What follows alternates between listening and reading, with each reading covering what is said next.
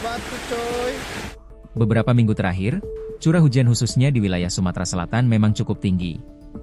Tingginya curah hujan di sejumlah wilayah di Sumatera Selatan mengakibatkan munculnya hujan es di Batu Raja, Ogan Komering Ulu.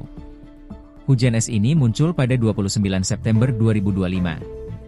Kejadian tersebut disertai juga dengan hujan intensitas lebat dalam durasi singkat yang disertai kilat petir dan angin kencang. Fenomena hujan es merupakan salah satu fenomena cuaca ekstrim yang terjadi dalam skala lokal dan ditandai dengan adanya jatuhan butiran es yang jatuh dari awan serta dapat terjadi dalam periode beberapa menit.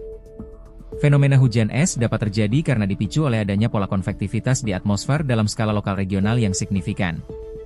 Hujan es dapat terbentuk dari sistem awan konvektif jenis cumulonimbus, COBA, yang umumnya memiliki dimensi menjulang tinggi yang menandakan bahwa adanya kondisi labilitas udara signifikan dalam sistem awan tersebut sehingga dapat membentuk butiran es di awan dengan ukuran yang cukup besar.